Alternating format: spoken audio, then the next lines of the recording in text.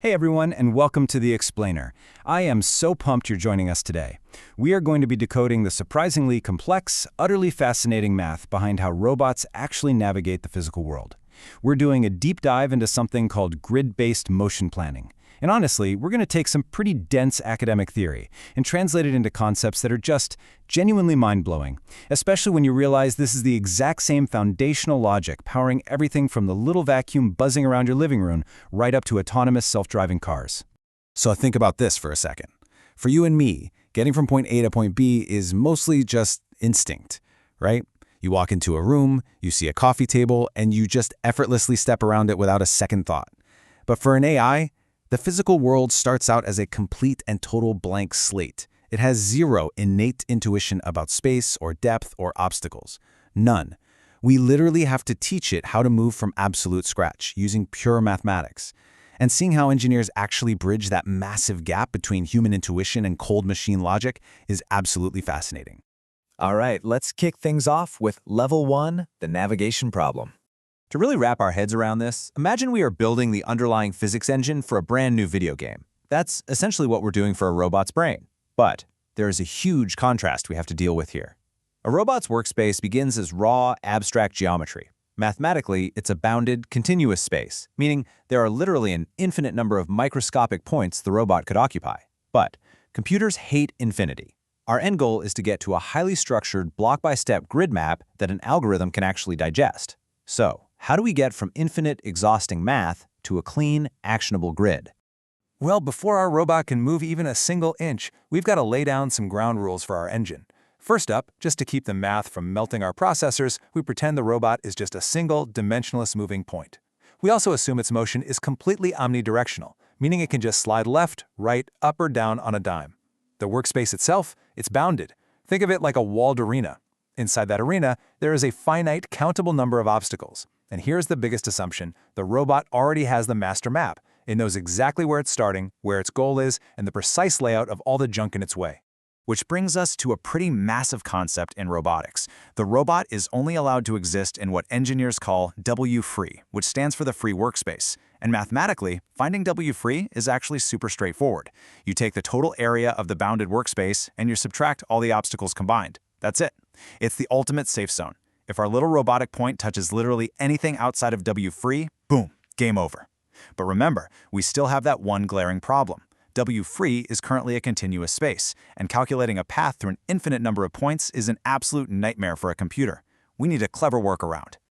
Moving right along to Level 2, the grid-based solution. So how do we fix that math headache? Well, robotics engineers use a trick that any old-school gamer will instantly recognize. Decades ago, legendary Nintendo designer Shigeru Miyamoto built the very first Super Mario Bros. Levels by mapping everything out on literal graph paper. He colored in these discrete little uniform squares for every single block, pipe, and Goomba. And guess what? Robotics engineers do the exact same thing to physical space. They discretize it. They take an infinite continuous room and chop it up into a finite number of neat, manageable grid squares. By essentially turning a physical room into what looks like a giant digital tile editor, engineers take a really complex processor-heavy physics problem and transform it into a highly structured playground.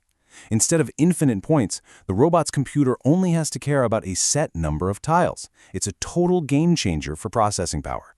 And once that grid is laid down, our start and goal points are just mathematically snapped right onto the nearest tiles. It is literally exactly like setting spawn points in a multiplayer map. The robot drops onto its starting tile, it looks up its destination tile, and suddenly, navigating the room becomes a clean, organized problem that a computer algorithm can actually sink its teeth into. Okay, Level 3, building the navigation graph. Now for the real mechanics under the hood. We might easily picture a visual grid in our heads, but computers don't have eyes. They don't care about pretty visual squares. We have to translate this grid into math. Specifically, data structures called graphs. The magic happens when every single empty grid cell inside our safe W-free zone transforms into what mathematicians call a node. Just think of a node as a literal stepping stone. It represents one specific, safe location in space that the robot is officially allowed to stand on. But honestly, a bunch of stepping stones are totally useless if you don't know which ones you can safely jump between, right? So next up, the The algorithm connects adjacent nodes with invisible lines. We call these lines edges. And because we established early on that our robot has omnidirectional movement, these edges connect directly to the top, bottom, left, and right. This hard-codes the exact legal moves the robot is allowed to make from any spot on the map. When you zoom out and scale this up across an entire map, you get this incredibly dense, beautiful network of interconnected nodes and edges wrapping around all the obstacles. But notice what's missing. The walls, the physical obstacles themselves, they have absolutely zero nodes and zero edges. Because a robot physically cannot move into an obstacle, the mathematical graph simply doesn't exist there. To the robot's brain, those areas aren't just blocked off, they are total, literal voids.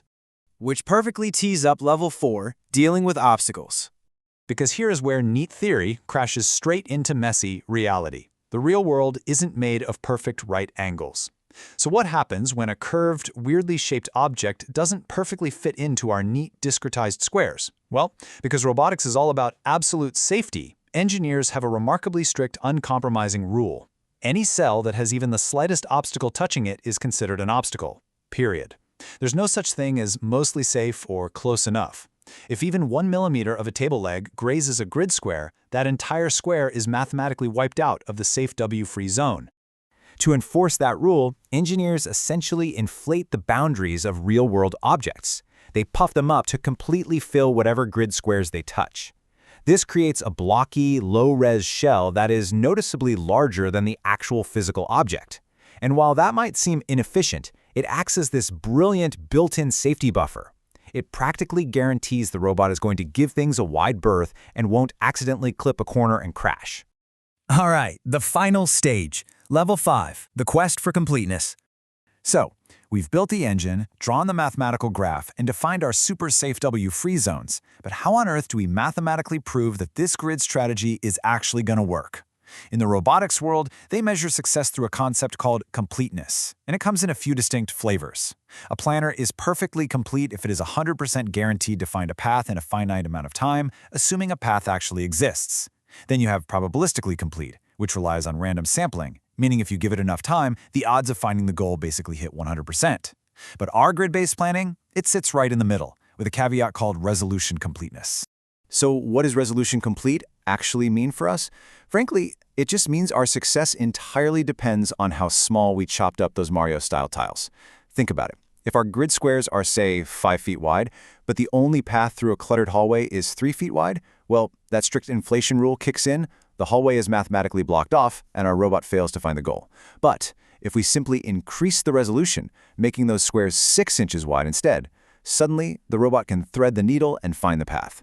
Our guarantee of success is completely tied to the resolution of the map itself.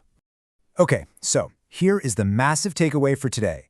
We have successfully built the ultimate mathematically sound game engine for our robot. W-free is mapped, the nodes and edges are locked in, and the obstacles are safely inflated. The map is set. But that leaves us with one incredibly huge, lingering question. Out of this massive web of thousands and thousands of connected grid nodes, which exact path does the robot actually choose? How do we find the absolute shortest, most efficient route to the finish line? Well, to answer that, we're going to have to dive headfirst into the magical world of pathfinding algorithms next time. Until then, keep wondering and stay curious.